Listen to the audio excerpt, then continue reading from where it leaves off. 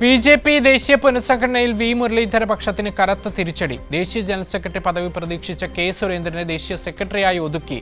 നിയമസഭയിൽ parliamentary party നേതൃസ്ഥാനം മുരളീധരനെ നിഷേധിച്ചതിന് പിന്നാലെയാണ് കെ. സുരേന്ദ്രനെയും രാജീവ് ചന്ദ്രശേഖർ പക്ഷം ഒതുക്കിയത്. ബി.ജെ.പിയുടെ വൈസ് പ്രസിഡന്റ്, ദേശീയ ജനറൽ സെക്രട്ടറി പദവികളിൽ കേരളത്തിൽ നിന്ന് ആരുമില്ല. ദേശീയ ജനറൽ സെക്രട്ടറി പദവി പ്രതീക്ഷിച്ച മുതിർന്ന നേതാവ് കെ. സുരേന്ദ്രന് ഏറ്റവും ജൂനിയറായ അനിൽ ആന്റണിയോടൊപ്പം ദേശീയ സെക്രട്ടറി പദവി കൊണ്ട് തൃപ്തിപ്പെടേണ്ടി വന്നു. കെ. സുരേന്ദ്രനെ ഒതുക്കി എന്നതിനപ്പുറം അപമാനമായി പുനഃസംഘടന മാറിയെന്ന് വിലയിരുത്തേണ്ടി വരും. നിയമസഭയിലും സമാനമായ സാഹചര്യമാണ് ഉണ്ടായത്. സംസ്ഥാനത്ത് തന്നെ ബി.ജെ.പിയുടെ തലമുതിർന്ന നേതാവായ വി. മുരളീധരനെ വെട്ടിയാണ് ഏറ്റവും ജൂനിയറായ ബി. ഗോപകുമാറിനെ പാർലമെന്ററി പാർട്ടി നേതൃസ്ഥാനത്തേക്ക് കൊണ്ടുവന്നത്. രാജീവ് ചന്ദ്രശേഖറിന്റെ നിർണായക നീക്കങ്ങളാണ് വി. മുരളീധരനും ഇപ്പോൾ കെ. സുരേന്ദ്രനും തിരിച്ചടിയായത്.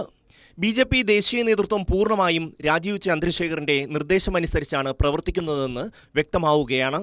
അതേസമയം സംഘടനാ തലത്തിൽ വി. മുരളീധരൻ പക്ഷത്തിനുള്ള സ്വാധീനം രാജീവ് ചന്ദ്രശേഖറിന് ഭീഷണിയായി തന്നെ തുടരും.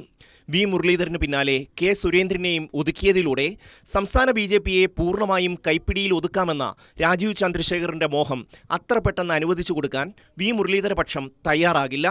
ഇത് സംസ്ഥാന ബി.ജെ.പിയിലെ ആഭ്യന്തര സംഘർഷം മൂർച്ഛിപ്പിക്കും. രാജീവ് ചന്ദ്രശേഖറിനോടുള്ള എതിർപ്പ് പ്രകടിപ്പിച്ചാണ് ബി.ജെ.പി. സംസ്ഥാന ഉപാധ്യക്ഷനായിരുന്ന നടൻ ദേവൻ കഴിഞ്ഞ ദിവസം ബി.ജെ.പി. വിട്ടത്. അതേസമയം ദേശീയ ഭാരവാഹികളായി 8 ജനറൽ സെക്രട്ടറിമാരെയും 13 വൈസ് പ്രസിഡന്റുമാരെയും പ്രഖ്യാപിച്ചതിൽ കേരളത്തിൽ നിന്ന് ആരെയും പരിഗണിച്ചില്ല.